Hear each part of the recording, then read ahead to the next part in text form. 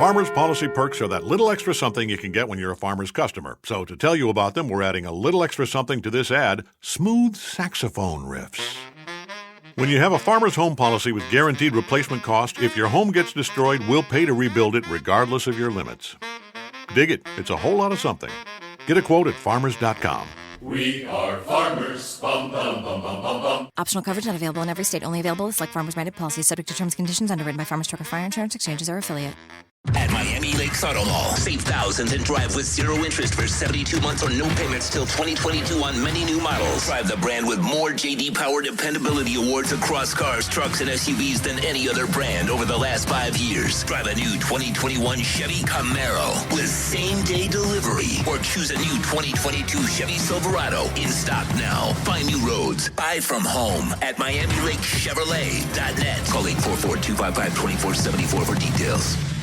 Neil Walker, 1 hour from now, his weekly visit pushed back a day because Charlie Batch was pushed back to yesterday. The whole schedule gets thrown upside down and jumbled up when there's Monday Night Football involved, except for in this hour. Shelby Cassesi, this week's episode of This Hits Different at 8:45. And Brad Spielberger of Pro Football Focus joins us every Tuesday at 8 o'clock. We weren't going to change that on him. He joins us now on the Fan Hotline, presented by Nemacolin. Around every corner, Nemacolin creates real-life magic for guests. Good morning, Brad. How are you?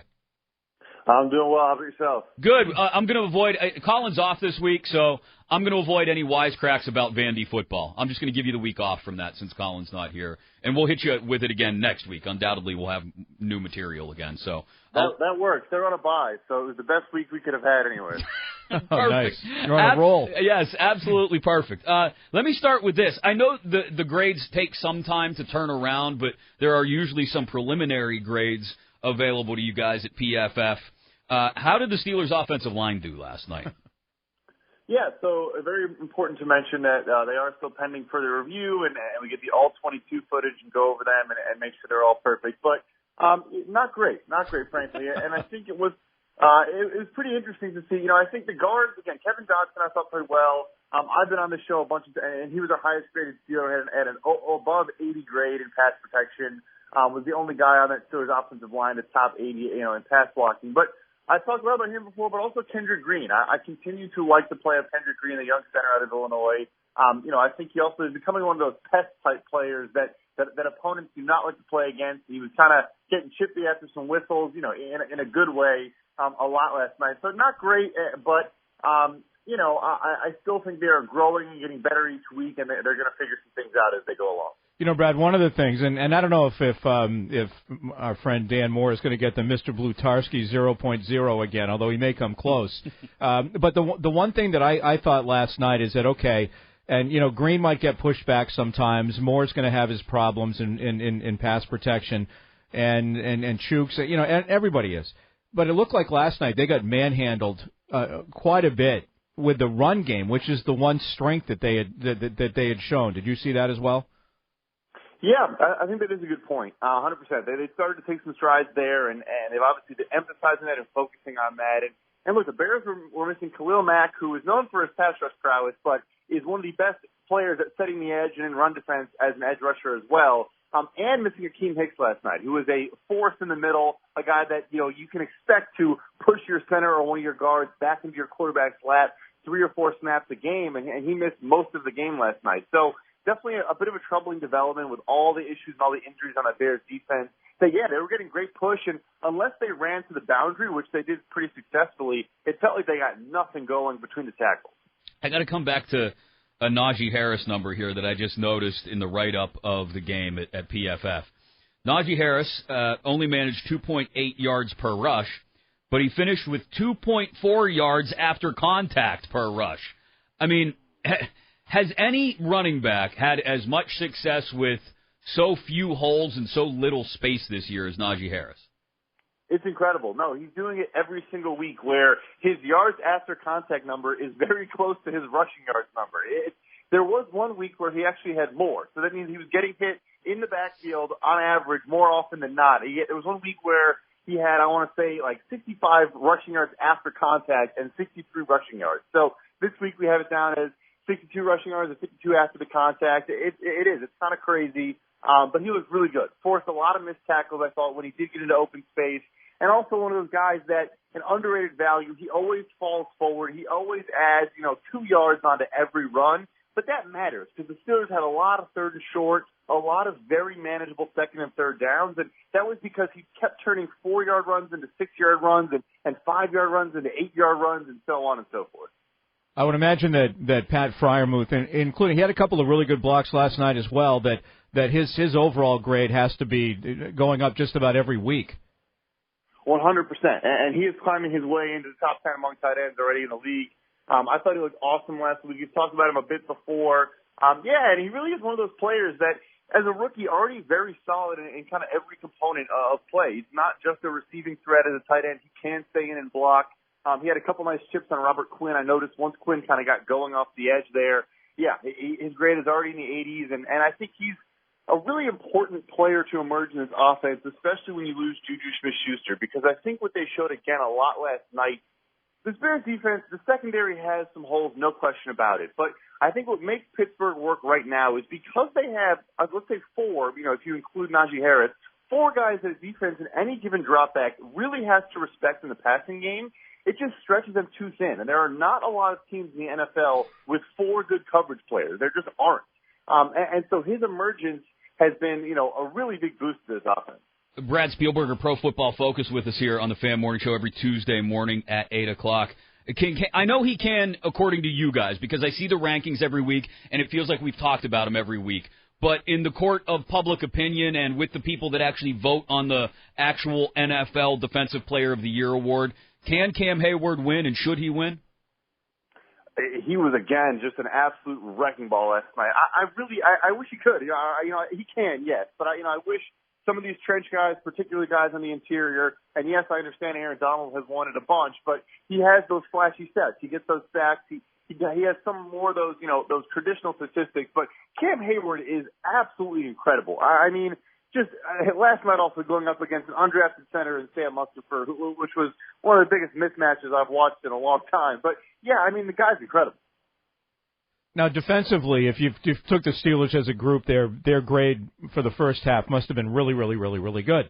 And then all of a sudden, they were ahead 20-6, and then the grades must have fallen off quite a bit, almost like the second semester of my senior year of college. But what is it? Is that reflected in? Is that more because of what the Steelers were doing poorly, or is that something that maybe the Bears? You know what I mean? In other words, when the defense gets softer, there's more room in the zone, for example, or is some of it the Bears actually figured some things out?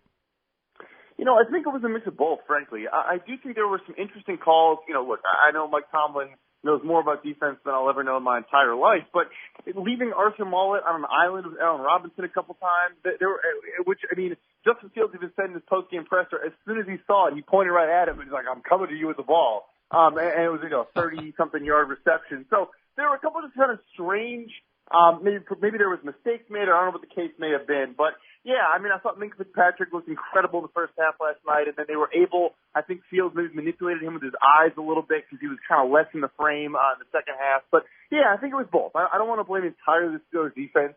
The Bears offense figured out how to play football, which, happens every once in a while. He had a pass breakup late and also stepped up in a hole and made a tackle in the run game late, but he was targeted a lot, allowed 5 catches on 6 targets, according to the PFF numbers I'm looking at this morning, Brad. Are we being too hard on Devin Bush, not hard enough, or just right? Yeah, I was keeping an eye out for him because we've talked about him a couple weeks now, and obviously, he's an intriguing player. He did have a couple nice plays. I remember over the middle on Cole Kmet and Jimmy Graham, there were times where he was right in the thick of things, made a couple nice tackles. He had one really nice form tackle on Khalil Herbert, the Bears' backup running back. But I just think, I don't know, at the end of the day, if the discussion is about being worth the draft pick, I don't know if he'll ever get there. But I do think he is making strides and can become a player that you can rely on in the middle of your defense to kind of get everyone in the spot and not be a liability. But he's still, I wouldn't really call him a difference maker at this point. Okay, Brad, let's talk about our good friend OBJ, I can't imagine anybody would claim him on waivers at the $7 million price or whatever it is, and that if he clears, he's going to be available to sign with anybody. What's he worth to somebody? Because Chris was talking earlier, we don't have the stat in front of us, but apparently Baker Mayfield's a whole lot better quarterback when OBJ's not in the lineup than when he is. And are other teams going to realize that, or what exactly? Because you're into the money into this stuff too. What exactly is he worth? Yeah. So first and foremost, I agree with you. I don't expect a claim here. And also, I don't think we're going to see his actual worth in the deal that he signs for this season. I would expect him to sign a near minimum. It won't be a minimum, but a pretty close to minimum contract for the rest of the year. I think what we've learned with Odell Beckham Jr., which frankly the Browns probably should have done a better job of figuring this out.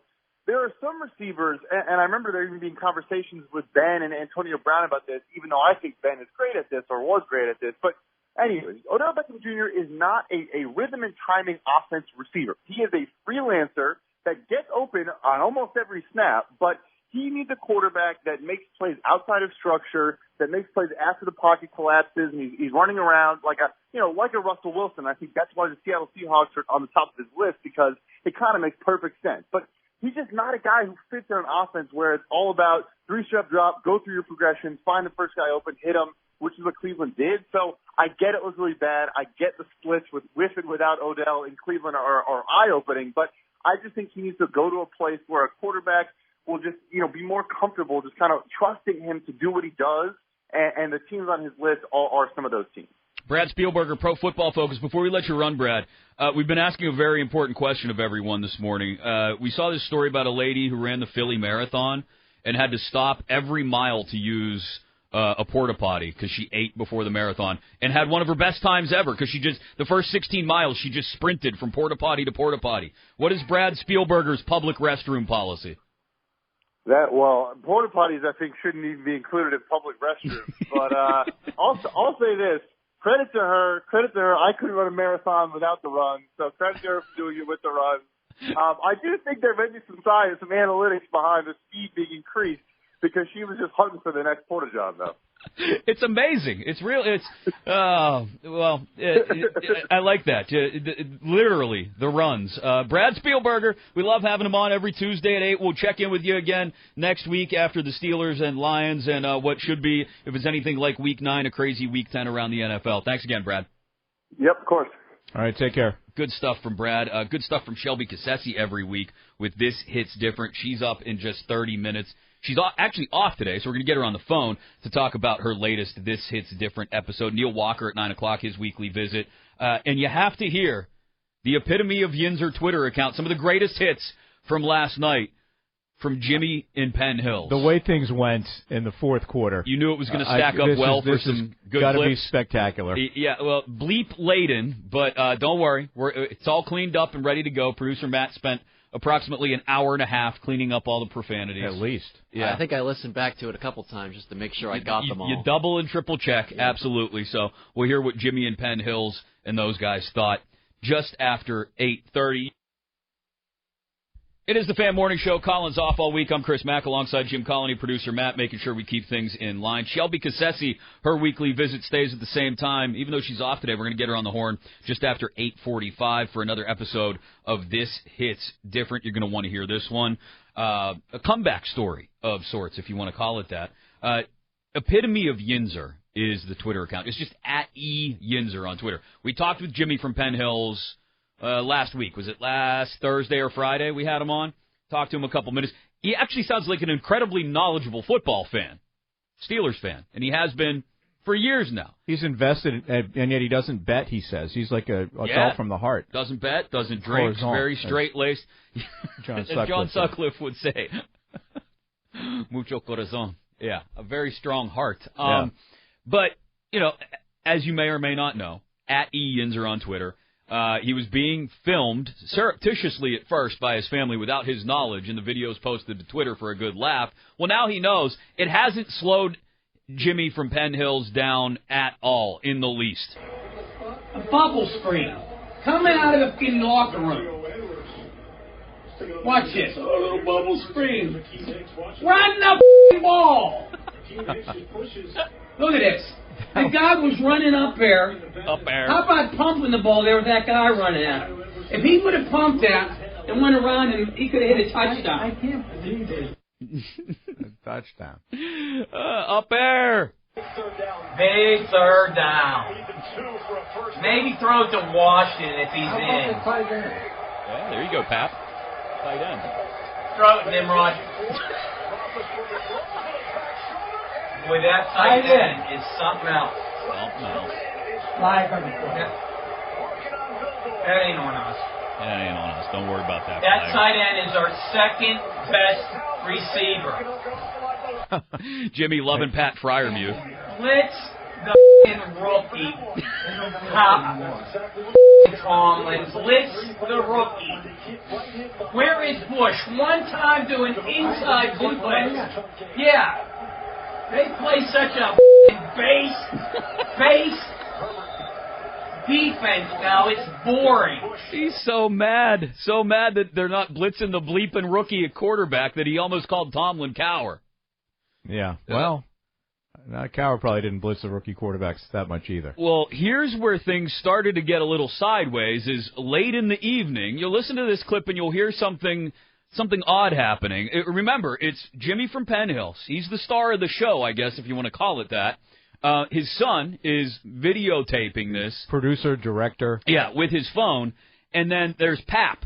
Pap sits there and watches the game with them, too. 89, right? Yes, and still strong as a bull, right? But listen to this. Oh my, did you see that? Tell me what that was. Please. What are you doing? What is wrong with you? Throw a flag. Throw the flag. Good. Okay, Pat. What are you throwing up? You got the cove. You got the cove. In all seriousness, they had to take Pap to the hospital last night. I haven't gotten a report back. I texted the guys, messaged with them on Twitter, and hopefully, I said, we'll be thinking of them. Hope everything turns out all right, whatever the problem may be. But hopefully we hear back from them by the end of the day so we can get an update via social media. You know what's weird? What? Right about that time, my wife got called in to the GI lab for a food bolus. And that's probably what that might have been. Oh, wow. But they don't live, they wouldn't go where they wouldn't works. go to the same place. Yeah. No. You're out in the north, they're out in the east. Yeah. No, I don't. They go to like Forbes or something. He did tweet last night. It said, Pap was kept overnight, but we're confident that he'll make it home today. Thanks to everyone for your replies, messages, and at. I didn't see that. So that is good news that Pap's going to be okay. Did he really say and at? He did, yes. And hopefully on the couch there in the living room at Jimmy's in Penn Hills. That's scary, to watch the game on Sunday afternoon. The ultimate, though, really, and I think everyone who saw this happen towards the end of the night said the exact same thing as Jimmy in Penn Hills last night when this happened. Ray! Ray! Bleeping Ray! I think we all had that reaction. Yeah, that was, man. And Tomlin, I'll tell you what, he was none too happy. But McLeod got back out on the field later, and he made a play in that field goal drive. And the one that won the game. He made a play, and I think he gained like 13 or 14 yards, got out of bounds, stop the clock. Well, and Tomlin was asked about it after the game too. I think he was asked something to the extent of the fumble or whatever it was. Was that extra effort? Yeah, extra effort. That's what it was. Yeah. And he said it doesn't matter what it is. It was inexcusable. Yeah. So you're right. He was not happy with it at all. Look, I keep harping on people that they're not like overly excited about this win. I'm not asking anybody to plan a parade for this win today.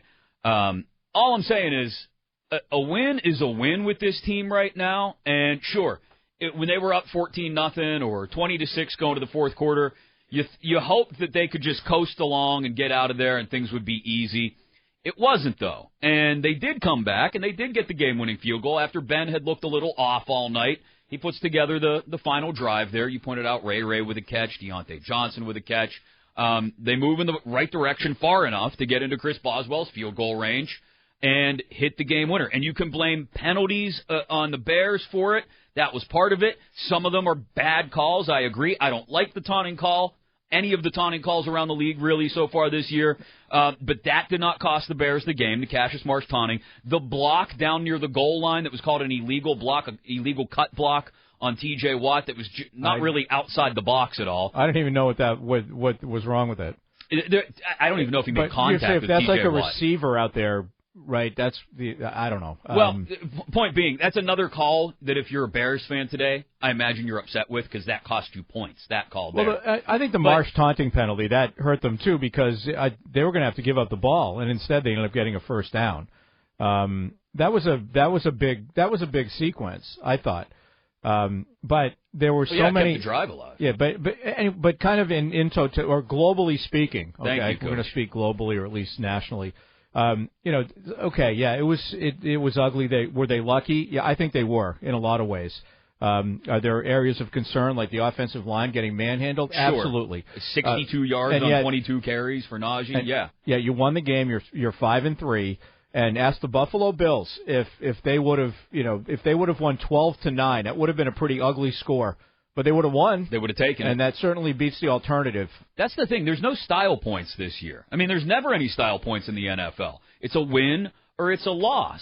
And I look, if this were a team that was expected to go like 13-4 and win the division, maybe we could be more mad than content on a morning like this, because you do see all the warts come to the surface, and maybe you wouldn't have been ready for some of those warts, or you didn't expect them to be so prominent.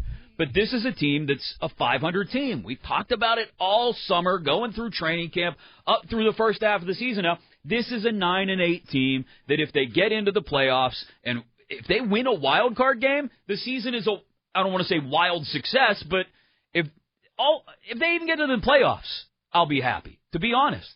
And that's just, you can't change that halfway through the season and say, well, I'm upset they didn't beat the Bears better. Well, okay, you can be mad about the 14-point deficit being, the 14-point lead being wiped away. Yeah, by all means, we can point out the warts because there are still those to point out and talk about. And that's what we'll talk about all week, to be quite honest, the things that need to be tuned up before the Lions come to town. But you can't talk about all of it as if it were a loss. Like, that's where it gets lost on me. Again, if this were a team that was expected to compete for a Super Bowl title, maybe I'd be a little bit more upset, but I'm looking at W's as W's at this point, Jim. Yeah, and I was just looking, because like we said, there are a lot of 500-ish teams because there aren't going to be any 500 teams unless some teams get ties, because it's mathematically impossible now. I was trying to look to see how backloaded the Ravens' schedule is. It is sort of. I mean, they still have the Rams, the Packers, but both at home. And then, of course, they've got 2 games against the Steelers and another one at Cincinnati and at Cleveland. They have 2 games against Cleveland. So that division is still – this still could be an instance where all 4 of those teams – and can't you see this happening? Where the division winner is going to be 10-7, and then the team that finishes 4th will be like 8-9. Yeah, and that there'll be that little, and everybody will be between maybe 11 wins at most and 8 wins. Yeah, I'm looking. If you look at the Ravens' schedule, they would have the best chance, obviously, because they're 6-2, but the Steelers are only a game behind them. So it's and I don't even know. I think there's a lot of teams that and fan bases and maybe even personnel people and coaches that look at their team and don't know exactly. They're always trying to say we want to find our identity and know what we are. There's probably a lot of teams that don't really know. Well, look at it this way. If you're a Steelers fan and you're upset at the way they blew that lead and had to kick a last-minute field goal to win it, you could be in Dallas today, where they got absolutely rocked by the Broncos. You could be in Buffalo today, or the Rams even, where they lost to Jacksonville 9-6. You could be the Raiders, who thought they were starting to round into some sort of playoff contention and lost to the Giants. To your point, Jim, you could be the Rams, who should be unstoppable given everything they've done, and lost to a Titans team without Derrick Henry. So you could be one of those teams. You could be the Bengals, who thought they were legit and then just got absolutely rolled by the Browns. Or you could be the Steelers, who managed to escape from Heinz Field with the W last night. This hits different. Another episode coming up next with Shelby Cassesi. This one about a football player from Bishop Canavan who really should have no business being on a football field given what he went through as a young boy, but he's fought back to get there and is considered one of the strongest kids on his team. Don't call it a comeback, as LL Cool J would say. It's a much more inspirational story than just your typical comeback story. That next here on the Fan Morning Show.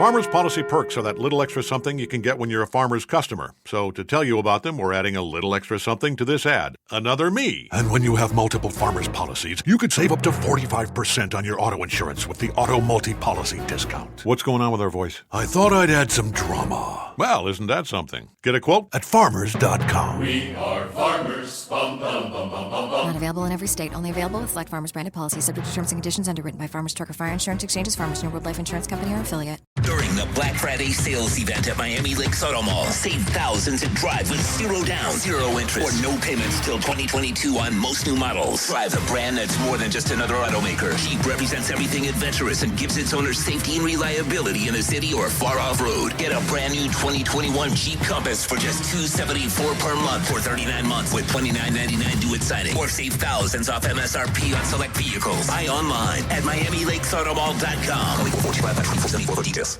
New this week on Curiosity Stream, it's the larger-than-life NFL icon Joe Namath, who took the league by storm. Broadway Joe. Sports Illustrated had me standing on Broadway in the jet uniform. In Beyond the Spotlight, and underground tunnels, brilliant disguises, and air balloons? See daring breakouts from behind the Berlin Wall with never-before-seen archival footage in the Great Berlin Escapes. Watch now on Curiosity Stream. Annual plans are just $20. Visit curiositystream.com. All right, Neil Walker at 9 o'clock. He joins us every week, typically Mondays at 9 o'clock, but today's the day after the game. We didn't have to have Charlie Batch on. We wanted Charlie Batch on yesterday, and 9 o'clock worked for him, so we had to bump Neil back to today at 9 o'clock. We'll be happy to catch up with him in about 12 or 13 minutes or so. But every Tuesday at 8:45, this part does not change. An inspirational story from local high school youth sports that Shelby Cassesi goes out, reports on. Josh Roundtree helps her put it together. This one, no different, about a young man who faced near tragedy. Well, no, actual tragedy when you consider the outcome for his family, and has fought back to get himself on the football field at Bishop Canavan.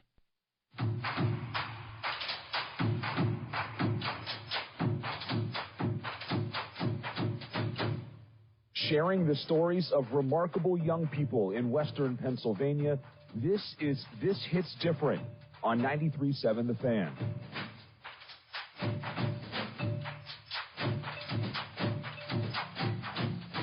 Watching Bishop Canavan senior Eli Wilson fly around the football field, fearlessly laying hits on opponents, you never know the mental and physical battle ingrained in his first 17 years. And up until now, Eli preferred it that way. You never know what someone's going through, and you never know if my story changed someone's life. So about 2 months ago, Eli decided he wanted to tell his story. It starts with a trip to the lake when Eli was just 3 years old. He, his aunt, and his sister were sitting near the water. And then the current pulled us in, and then me, my sister, and my aunt started drowning. Eli's sister was able to grab onto a rope, get out, and run for help. Moments of panic as Eli's family searched for him and his aunt in the water. They pulled his aunt, 48-year-old Gladys Mendoza, from the water first. A newspaper article detailing the 2006 incident credits Mendoza with trying to save her nephew, but the current was just too powerful. Mendoza didn't survive, and after she was pulled from the water, still no sign of Eli. And they couldn't find me for 20 minutes. Eli was eventually rescued and rushed to the hospital to fight for his life. He survived, but faced a long, difficult battle, daunting for any adult, let alone a 3-year-old. With the constant support of his family, Eli essentially started over. I just had to work hard to try to get back and walk, talk, eat. My mom fed me, my dad fed me, my sister fed me. I couldn't eat, I couldn't talk, I couldn't walk. It was during that arduous process, before he could even walk again, Eli fell in love with football. I was in a wheelchair when my dad was coaching football.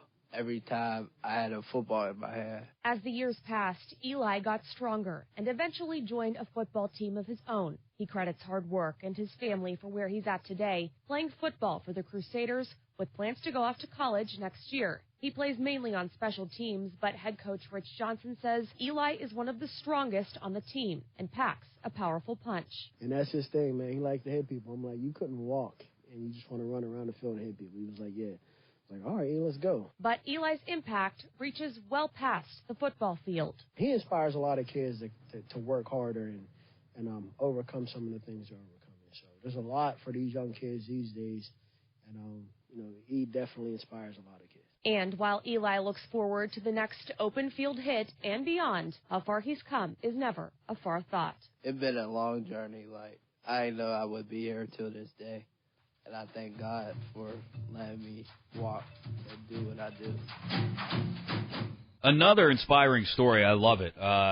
Great stuff from Shelby Cassesi, who, alongside Josh Roundtree, reports and puts together This Hits Different every single Tuesday morning here on the Fan Morning Show. Shelby on the phone because she's technically off today. Good morning, Shelby. Thanks for getting up with us anyway. How are you?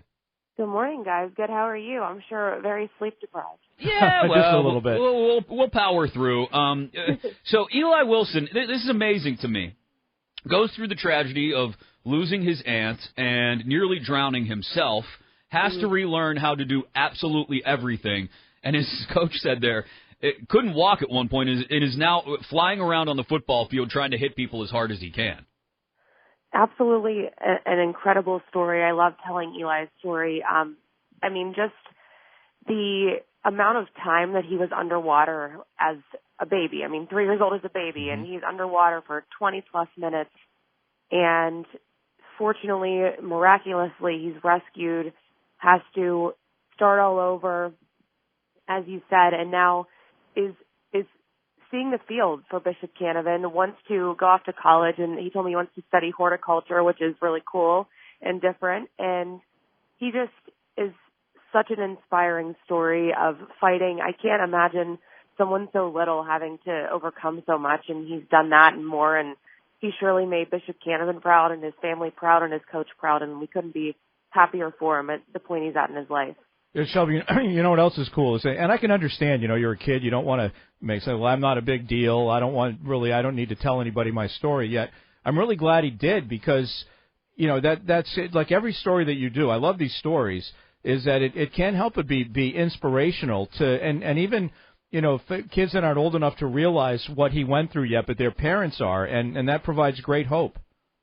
Yeah, and, his coach told me that in the last, year or so, his family, his coaches, the people around him have been encouraging him to tell his story because he wasn't super into that idea. He wanted to keep it to himself. And a couple of months ago, which is how we came across the story, he tweeted something along the lines of, I want my story to be told. And he tweeted out, the newspaper article from that day and some pictures of him growing up in a wheelchair and that type of thing.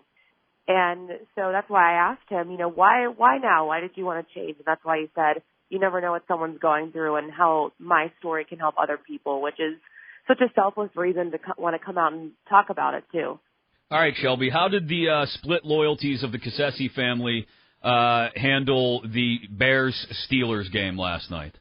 Oh, no split loyalties. We may have lived in Chicago, but there was never a crossover process into Chicago sports. You didn't feel even the littlest bit of sympathy as the Steelers went up by 2 touchdowns and Justin Fields was getting tortured? No, I was at the last 2 games prior to this one, the Bears and Steelers, and watched the Steelers blow both of those games. So no sympathy, and I almost watched them blow a third one. So, no sympathy on our end. And we never got to really watch any good teams when we were out there in Chicago aside from the Blackhawks. So no loyalties over for us in Chicago. Crazy game, though. I don't feel great. As much of a win as it was, I don't feel great about it. Were you starting to hear from some of your Midwestern friends when things took a turn for the worse from the Steelers' angle, or did they keep quiet? No, they kept pretty quiet. I did hear from a couple of high school classmates at the beginning, bear down. Okay, yeah, I get it. But didn't work out for that. Honestly, though, I think Chicago should feel pretty encouraged by what they saw out of Justin Fields last night. He looked really good, and you can see a future with him. He's still elusive and made some really key throws, was played from behind all night and did look good doing it. So, honestly, as bad of a season as Chicago has had, as bad as they've been, that was probably one of their best performances.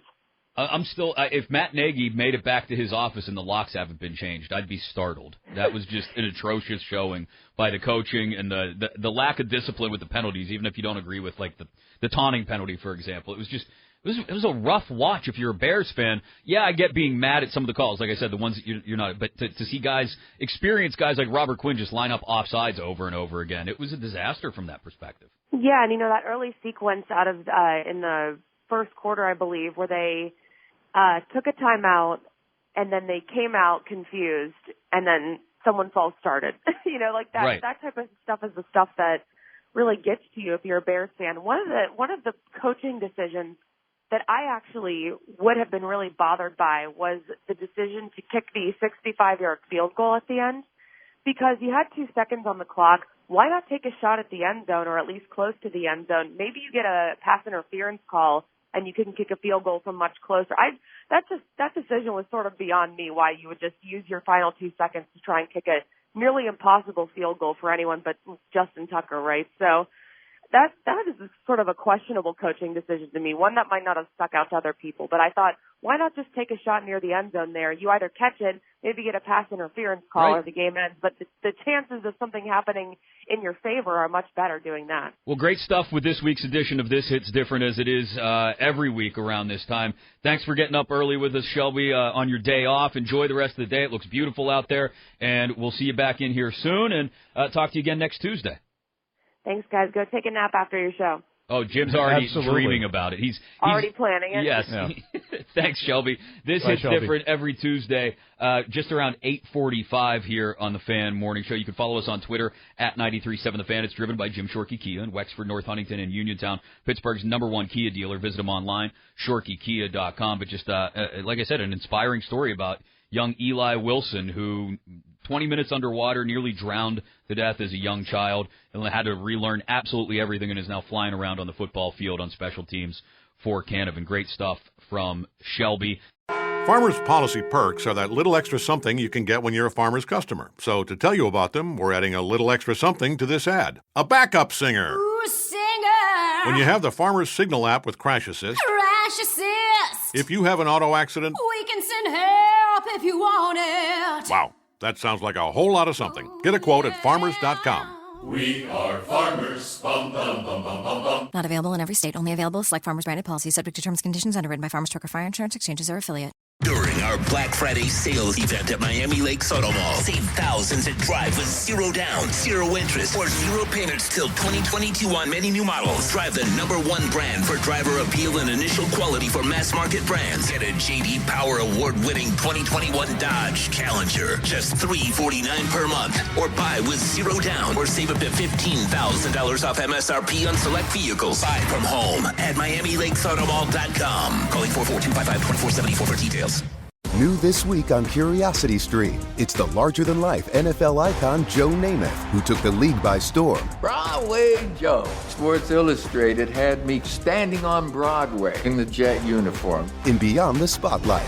And underground tunnels, brilliant disguises, and air balloons? See daring breakouts from behind the Berlin Wall with never-before-seen archival footage in the Great Berlin Escapes. Watch now on Curiosity Stream. Annual plans are just $20. Visit curiositystream.com.